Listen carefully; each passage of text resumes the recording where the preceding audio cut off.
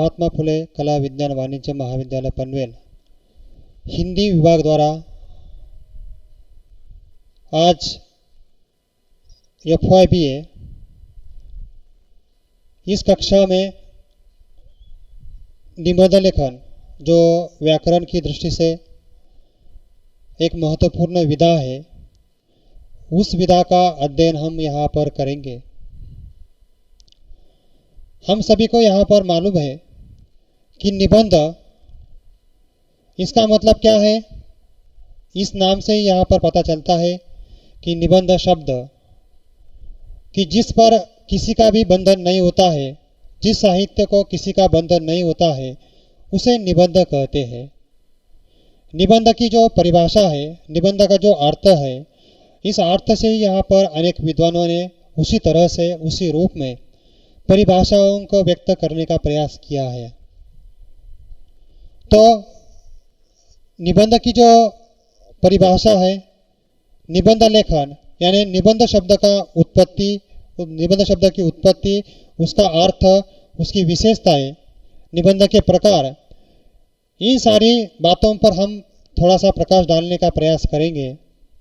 सबसे पहले निबंध लेखन, उसका अर्थ क्या होता है कि निबंध शब्द नि योग बंध से जो शब्द बना है उसे निबंध कहते हैं, जिसका अर्थ होता है अच्छी तरह से बंधा हुआ, इनकी भाषा विषय के अनुकूल होती है, अतिशय तर्क संगति से उस विषय को बंधा हुआ जो शब्द सारांश होता है उसे निबंध कहते हैं। निबंध, इसका अर्थ, इसका तात्पर्य अनेक विद्वानों ने यहाँ पर व्यक्त किया है कि जो भी विषय होता है, जिस विषय को हम यहाँ पर अच्छी तरह से समझना चाहते हैं, अच्छी तरह से पाना चाहते हैं, तो वह निबंध, वह विषय उस परिस्थिति के अनुकूल होना अतिशय महत्वपूर्ण होता है। परिस्थिति के अनुसार साहित्यकार को, निबंधकार को उस साहित्य का निर्माण करना होता है।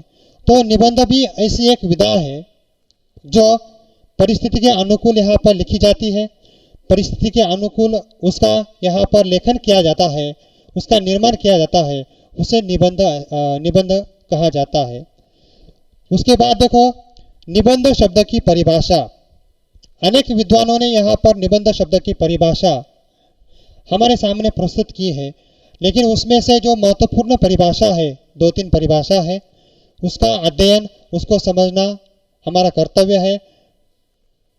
जो पहली परिभाषा है, हमारे साहित्य के बहुत बड़े विद्वान हैं आचार्य रामचंद्र शुक्ल, उनके अनुसार, उनके मतानुसार निबंध यदि गद्य की कवियों की कसौटी है तो जो निबंध है वह निबंध गद्य की कसौटी है। इसके अनुसार उन्होंने क्या कहा है, यदि गद्य कवियों की कसौटी है, गद्य जो होता है यानी उपन्यास, कहानी, नाटक, रेखाचित्र, यह गद्य की कसौटी होती है। गद्य कवियों की कसौटी होती है तो निबंध गद्य की कसौटी होती है, यानी गद्य से ही ऊपर यहाँ पर निबंध का स्थान महत्वपूर्ण दिखाई देता है, ऐसा आचार्य रामचंद्र शुक्ल का मानना है। उसके बाद दूसरा विद्वान है श्याम सुंदर दास। श्याम सुंदर दास ने निबंध शब्द की परिभाषा व्यक्त की है।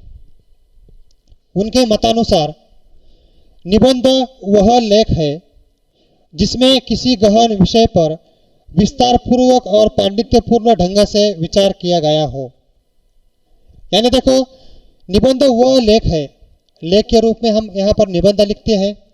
निबंध वह लेख है जिसमें किसी गहन विषय पर यानी महत्वपूर्ण विषय पर विस्तार पूर्वक और पांडित्य पूर्वक, विस्तार पूर्वक यानी विस्तार से, उस विषय को विस्तार से लोगों को समझाने का, पाठक वर्ग को समझाने का प्रयास जो निबंधकार करता है, पांडित्यपूर्ण ढंग से विचार व्यक्त करते हैं उस निबंध में, तो वह विषय अतिशय महत्वपूर्ण रूप से निबंध के रूप में जाना जाता है।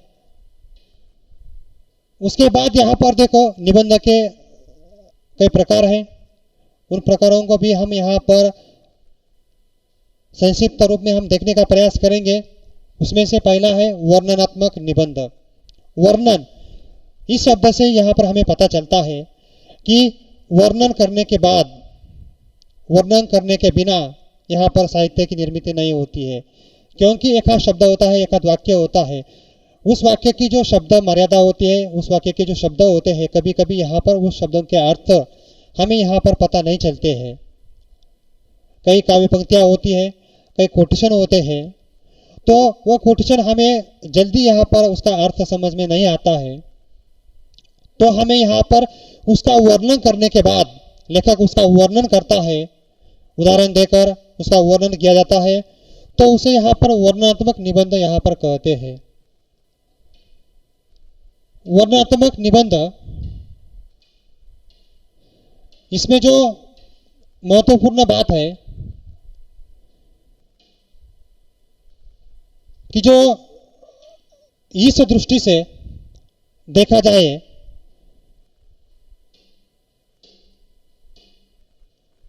विवरणात्मक निबंध होता है, भावात्मक निबंध होता है। विवरणात्मक निबंध और भावात्मक निबंध एक दूसरे के साथ यहाँ पर परस्पर पूरक दिखाई देता है। भाव, उस वाक्य में भाव, उस विषय में भाव व्यक्त होता है, उस भाव को यहाँ पर जो पाठक वर्ग होता है, पाठक वर्ग अपनी इच्छा के अनुकूल, यानी जितना भाव यहाँ पर उनका चाहिए था उससे ज़्यादा भाव एक आध विषय में, एक आध साहित्य में यहाँ पर उनको जब मिलता है, तो उस भावात्मकता के साथ यहाँ पर उस निबंध को पढ़ता है, उस भावात्मकता के साथ यहाँ पर उस निबंध को देखता है, उसे भावात्मक निबंध कहते हैं। उसके बाद यहाँ पर देखो साहित्यिक या आलोचनात्मक निबंध। साहित्य में निबंध का स्थान कितना महत्वपूर्ण है ये सभी को मालूम है। साहित्य में अनेक विधाएं हैं, उसमें से निबंध जो विधा है वह विधा अतिशय महत्वपूर्ण होती है। बाकी की जो विधाएं होती है उस पर यहाँ पर साहित्य का, व्याकरण का, अनेक शब्दों का, अनेक वाक्यों का बंधन होता है, लेकिन निबंध एक ऐसी विधा है साहित्य की दृष्टि से, उसमें कोई भी बंधन यहाँ पर नहीं होता है, कोई भी बंधन यहाँ पर नहीं होता है। निबंध लिखना, निबंध को पढ़ना, निबंध को समझना, ये बात सामान्य आदमी भी यहाँ पर, सामान्य मनुष्य भी यहाँ पर समझ सकता है। इसलिए यहाँ पर जो साहित्यिक और आलोचनात्मक, यानी किसी विषय को, छोटा विषय होता है, उस विषय को जब जो श्रोता और पाठक वर्ग के बीच जो समानता यहाँ पर दिखाई देती है, यानी श्रोता वर्ग यहाँ पर सुनने का काम करता है, पाठक वर्ग यहाँ पर सुनने का काम करता है, लेकिन जो निवेदक होता है, जो यहाँ पर मुख्य व्यक्ति होता है, जिस विषय को यहाँ पर वह अपनी बात समाज के सामने यहाँ पर प्रस्तुत करता है, तो कितने आलोचना के साथ, यानी उस विषय को आलोचनात्मक दृष्टि से यहाँ पर कितना समझाने का प्रयास करता है पाठक वर्ग को, श्रोता वर्ग को, उस विषय के आधार पर या उस विषय से यहाँ पर आलोचनात्मक निबंध, अच्छा निबंध हो या बुरा निबंध हो, या निबंध की जो मुख्य बात होती है उस बात से यहाँ पर पाठक वर्ग को, श्रोता वर्ग को समझना अतिशय महत्वपूर्ण होता है। उसके बाद निबंध की महत्वपूर्ण विशेषता है, उसमें से पहली विशेषता है कसावट, प्रभावशाली भाषा या विषयानुकूलता। निबंध में कसावट होनी चाहिए, यानी मेहनत होनी चाहिए, प्रभावशाली भाषा होनी चाहिए, यानी पाठक वर्ग की दृष्टि से, श्रोता वर्ग की दृष्टि से, पाठक वर्ग जब निबंध पढ़ता है, उस निबंध को देखता है, सुनता है, तो उस निबंध की भाषा प्रभावशाली होनी चाहिए। विषय अनुकूलता, जिस विषय में यहाँ पर उन्होंने निबंध लिखा है उस विषय की जो अनुकूलता होती है, विषय अनुकूलता, विषय के आधार पर वह बात यहाँ पर रखी गई है या नहीं, वह बात अतिशय महत्वपूर्ण यहाँ पर दिखाई देती है। उसके बाद निबंध में विचार और भाषा दोनों में ही यहाँ पर कसावट का गुण होना आवश्यक होता है। निबंध में विचार और भाषा, विचारों का स्थान भाषा की दृष्टि से अतिशय महत्वपूर्ण होता है, यानी विचार करने के बाद भाषा का जो मिला होता है, भाषा का जो वर्णन होता है, वह वर्णन यहाँ पर साहित्यकार करता है। उसके बाद तीसरी विशेषता है निबंध का अर्थ ही है भली भांति बंधा हुआ या कसा हुआ। निबंध ऐसी विदा है, वह विदा यहाँ पर भली भांति समाज को यहाँ पर स्थापित करती है, भली भांति समाज को समझाने का प्रयास करती है।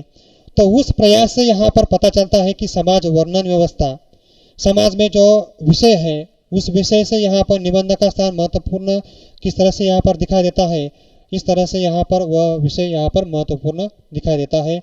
उसके बाद विचारों में एक सुलभता होनी चाहिए, विचारों में क्रमबद्धता होनी चाहिए।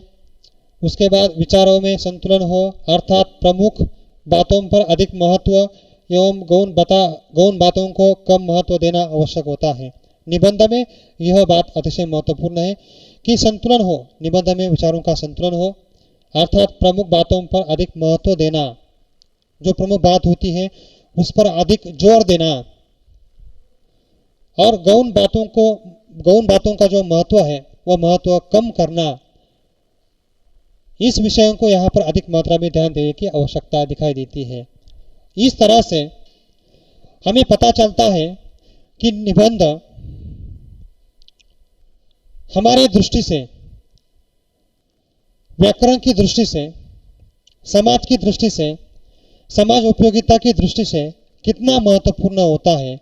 यानी निबंध के बिना यहाँ पर हमें जो मुख्य बात होती है, मुख्य विषय होता है, उस विषय को यहाँ पर अच्छी तरह से समझने का कार्य यहाँ पर निबंध के माध्यम से, निबंध विधा के माध्यम से हमें करना होता है। तो यहाँ पर हमने निबंध का अर्थ, निबंध की परिभाषा, निबंध की विशेषताएं, निबंध के प्रकार यहाँ पर देखने का प्रयास किया है।